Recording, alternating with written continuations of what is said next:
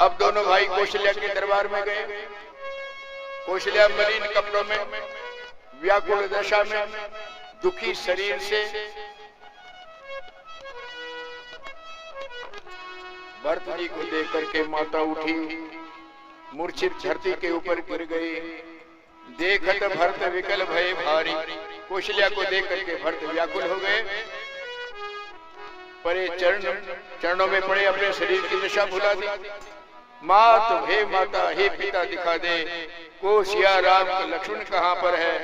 केकई संसार में क्यों जन्मी? केकई कत जन्मी जग मांझा, जो जन्मी तो भई क्यों न मांझा। अगर जन्म ही नहीं केकई का होता तो ठीक था, पर जन्म ले लिया तो अगर वो बांझड़ी रह जाती तो ठीक थी। मेरा जन्म नहीं होता तो मेरे जैसे कुल को कलंक देने वाले को जन्म दिया, अपयश का भंडार बना दिया, प्रियजन प्यारे परिवार का विरोधी बना दिया। तीनों लोकों में मेरे जैसा कौन अभागी है?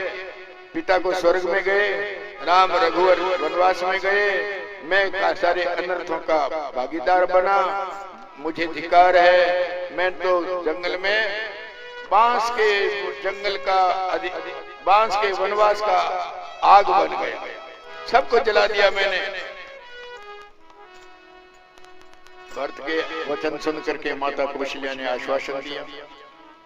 भरत सरल स्वभाव से कई सौगन ले रहा है, मेरा इसमें कोई हाथ नहीं है। मैं सौगन खा करके कह रहा हूं, मेरा इसमें कोई हाथ नहीं, मेरा कोई इसमें मत नहीं।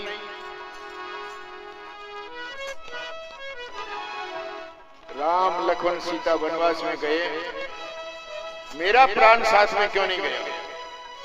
इन माता कौशल्या कह रही, इन आंखों के देखते देखते राजा चले गए, राम लक्ष्मण चले गए, मुझे कोई लाज नहीं आई। अपने प्रेम को देख करके मुझे लाज नहीं आई। महाराज दशरथ का प्रेम सराहनीय है कि उन्होंने पुत्र के बिछड़े होते ही प्राण त्याग कर दिया। कौशल्या के वचन सुन करके सारा रनिवास उदास है। भरत जी कई शपथ ले रहा है, जो माता पिता को मारने से, पुत्र को मारने से जो पाप होता है, अगर यदि इसमें मेरी कोई सलाह हो तो मैं पाप बनूं। गर्भ के बालक को मारने से जो पाप होता है वो पापा का मैं भागीदार बनूं।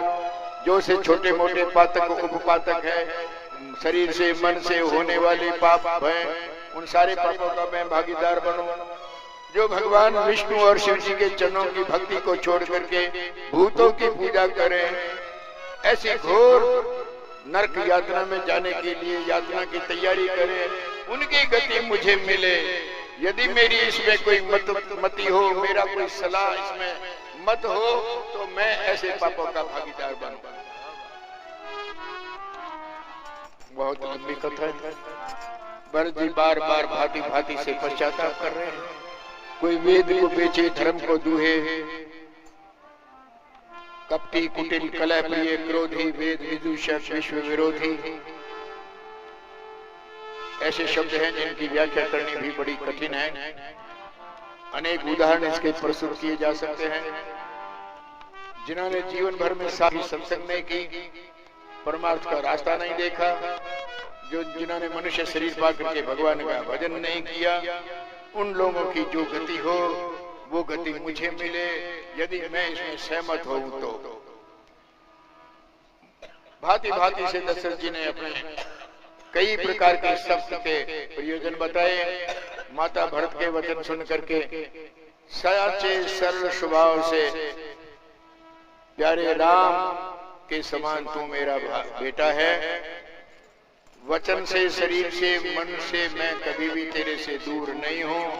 राम प्राणों से भी प्राण प्यारे तुम हो। राम के लिए तुम रघुपति ही प्राणों के प्यारे, राम जी के प्राणों से भी प्यारे हो तुम, मुझे भी प्यारे हो। विधु विष चवे सर्वे हिम आगी। माँ कह रही है, चंद्रमा में अमृत झर जाए, हिमालय में आग लग जाए, परंतु राम तेरे से कभी विमुख नहीं हो सकते, तू राम से कभी विमुख नहीं हो सकते। ज्ञान होने से भी मोह नहीं मिटे तो भी राम तेरे से विरुद्ध नहीं हो सकते। राम तेरे ऊपर कृपालु है।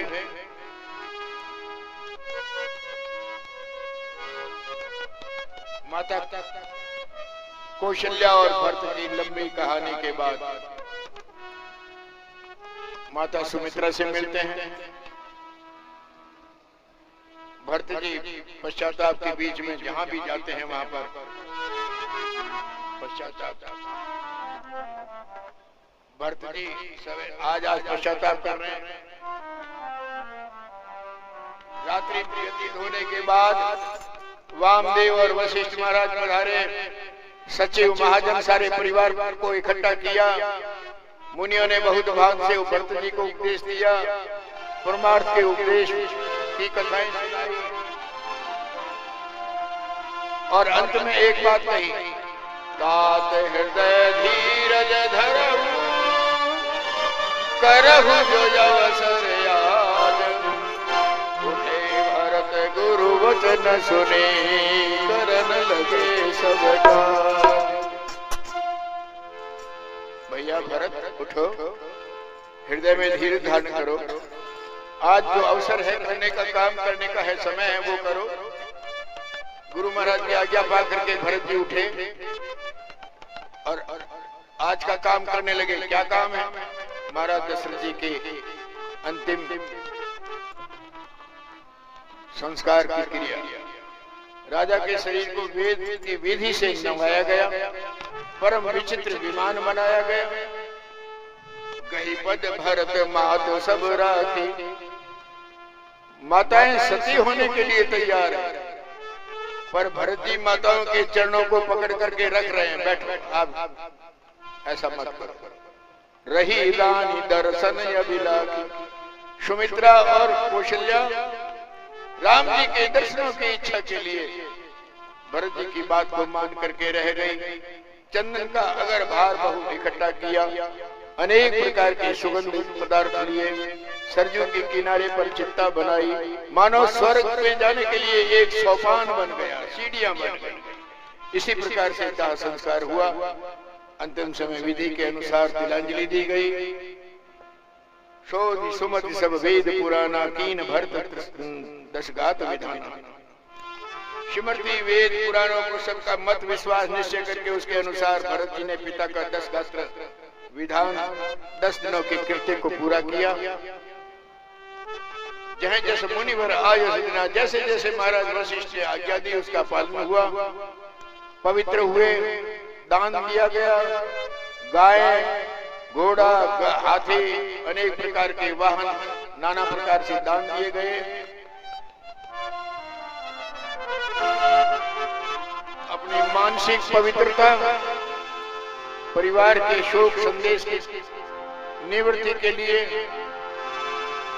सभी प्रकार से क्रियाओं से उरीन होने के बाद सिंह अनेक प्रकार के गहने, अनेक प्रकार के वस्त्र, अन्न, पृथ्वी, धन, भवन भरत जी ने ब्राह्मणों को दान दे करके परिपूर्ण किया।